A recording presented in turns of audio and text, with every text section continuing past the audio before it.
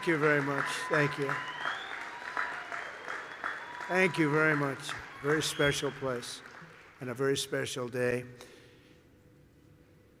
Thank you to Vice President Vance, doing a terrific job. Thanks also to a man who has devoted his life to service members and veterans, Secretary of Defense Pete Hegseth, who's doing really well. He went through a lot, didn't he? But he's doing really well. He's a tough cookie. That's what we want, is a tough cookie.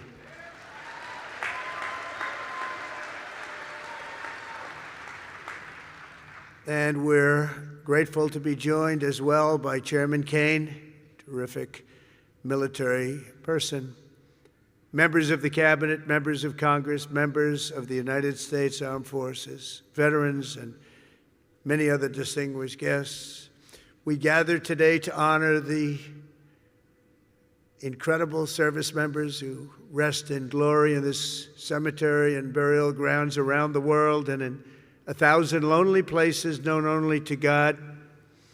In every hour of peril, in every moment of crisis, American warriors have left behind the blessings of home and family to answer their nation's call. They've offered all that they had within them and given their last breaths to each and every one of us that we might live safe and breathe free. This morning we pay tribute to their immortal deeds. We share in the sorrow of their beloved families, and as one nation we give thanks for the ultimate gift they have so selflessly given to all of us. These warriors, and that's what they are, as great, great warriors, picked up their mantle of duty and service, knowing that to live for others meant always that they might die for others. They knew that. They asked nothing for it. They gave everything, and we owe them everything and much, much more. Each of the service members who have made the supreme sacrifice for our nation has also left an unfillable void and an unbreakable silence in the lives of all who love them.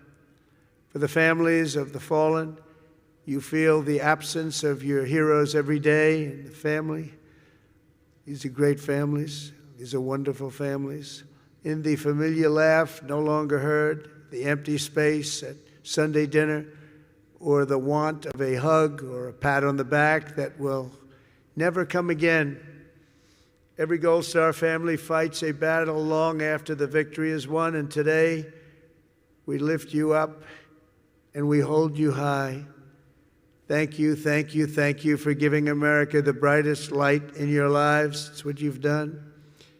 We will never, ever forget our fallen heroes, and we will never forget our debt to you. This Memorial Day is especially significant as we commemorate 250 years since the first American patriots fell on the field of battle. 2.5 centuries ago at Lexington Green, Concord Bridge, Bunker Hill, brave Minutemen and humble farm boys became the first to give their lives for a nation that did not yet have a name. With their deaths, men like John Brown, 23, Samuel Hadley, 28, and Abner Hosner, 21, ignited the flame of liberty that now lights the inspires everybody and the entire world. Those young men could never have known what their sacrifice would mean to us, but we certainly know what we owe to them.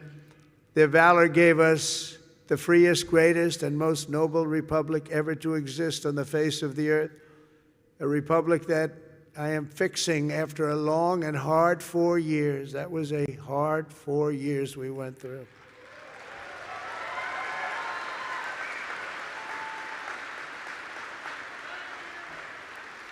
Who would let that happen?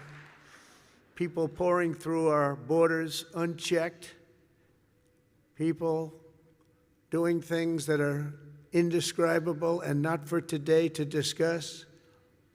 But the republic that is now doing so very well, we're doing so very well right now, considering the circumstances, and we'll do record-setting better with time. We will do better than we've ever done as a nation, better than ever before. I promise you that.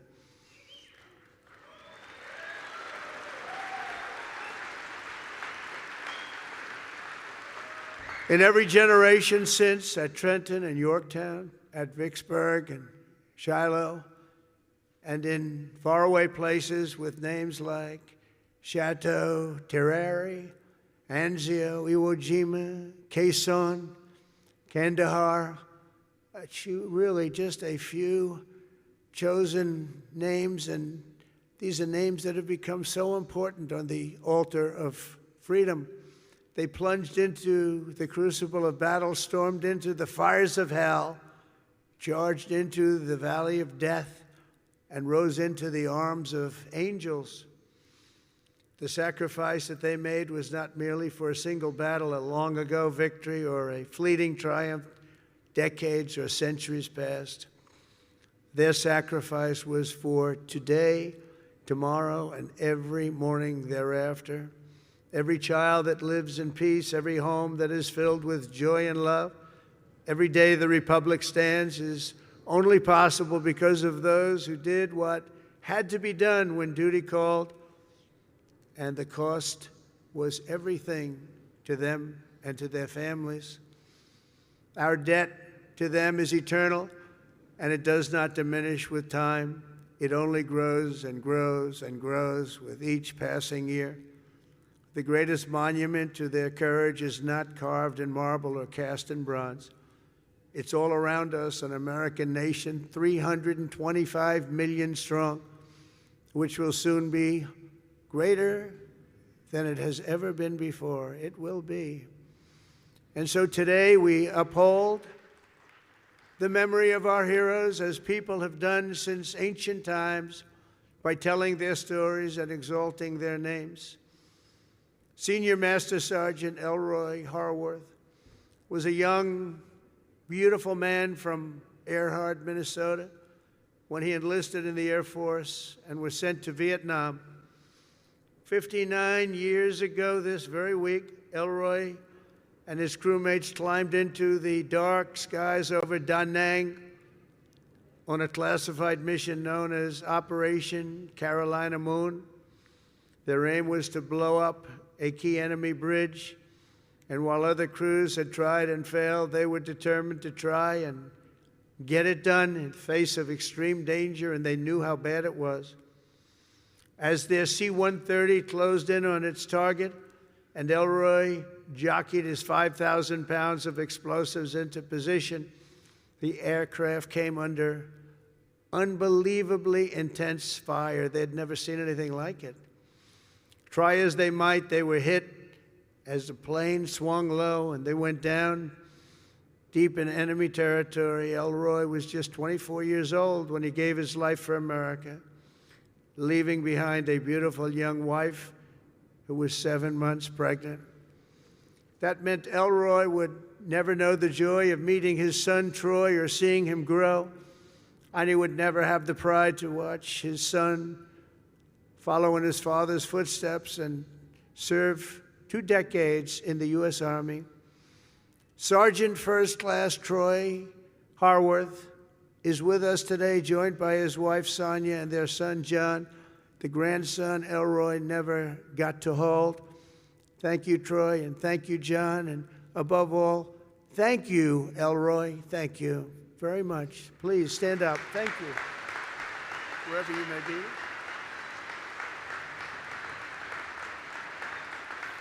Thank you very much. Great family. Corporal Ryan McGee of Fredericksburg, Virginia, knew from the time he saw the towers fall on 9/11 that he wanted to be an Army Ranger. He was an American guy, all American. He was a tough guy. He was the top of everything. In high school, he was captain of the football team and was voted friendliest and most charming by his peers. Ryan joined the Army soon after graduation, and after 3 tours in Afghanistan, he deployed to Iraq. He and his unit were tasked with hunting down a weapon facilitator, and a suicide bomber cell near Baghdad, a vicious, vicious cell, killing many, many people. 16 years ago this month, they engaged the enemy in a firefight, and Ryan was mortally wounded. He gave his life at 21 years old, and today he rests until the end of time in the famed Section 60 here at Arlington, where we have buried our honored dead from the War on Terror. We are joined today by Ryan's mom, Sherry. And Sherry, all of America shares in your grief, and more importantly, we share in your pride in your wonderful son. And thank you so much for being here, Sherry. Please, Sherry.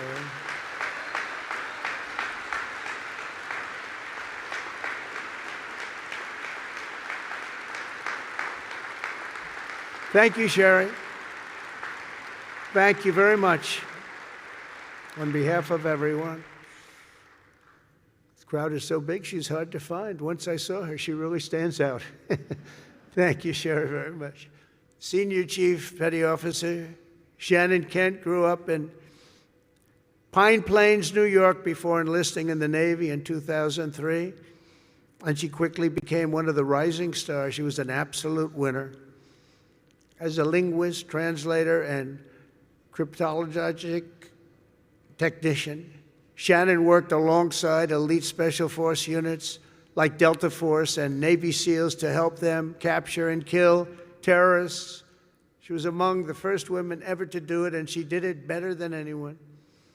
In January 2019, Shannon was on her 5th combat deployment, embedded with a team hunting ISIS terrorists through the streets of Syria, when a suicide bomber detonated his weapon, killing Senior Chief Kent and 3 other wonderful, beautiful Americans. She left behind her husband, Joe, and their 2 sons, 3-year-old Colt and 18-month-old baby Josh. Today, Shannon rests in peace on these grounds alongside her comrades. To her boys, Colt and Josh, who are here this morning, now aged 9 and 7, let me say your mom was a hero, and her love, her strength, and her spirit are always with us and always be with you. She loved her boys.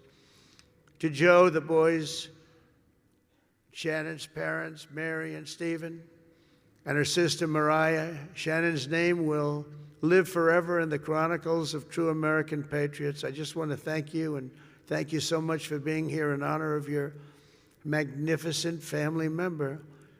Stories like Shannon's, Ryan's, and Elroy's remind us of the real meaning of the day. And I want to just say, please stand up wherever you may be. The boys, I want to see those boys. Where are you?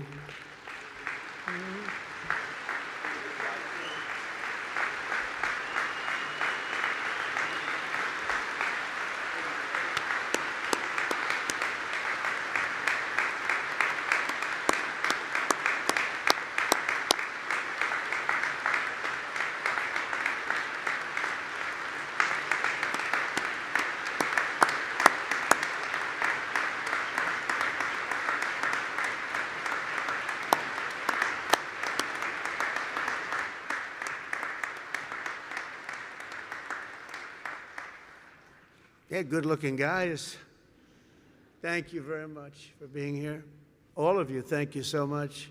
We should never forget, even for a moment, that freedom is a gift of the highest cost, and peace is won at the most precious price. These extraordinary American heroes and their immense and ultimate sacrifices, they offer only the faintest glimpse at the infinite grace we have received from all who laid down their lives for America.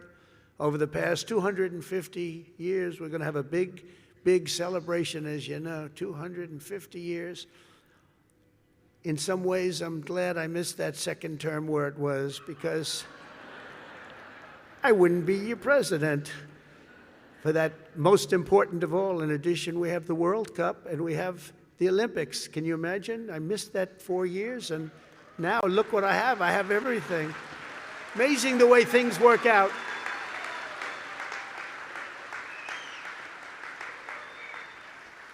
God did that. I believe that too.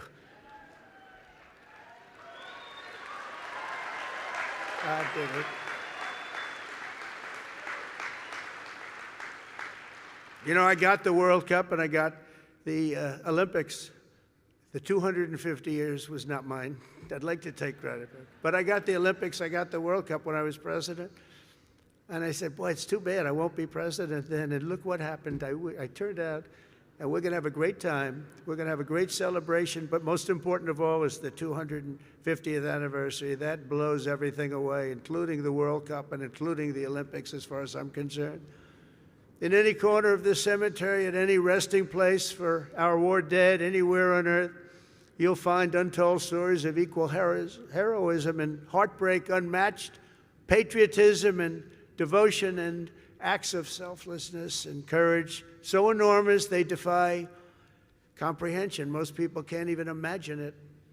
Great poets have written that it's love which moves the sun and the stars, but here on the sacred soil, right where we are, we're reminded that it's love which moves the course of history and moves it always toward freedom, always.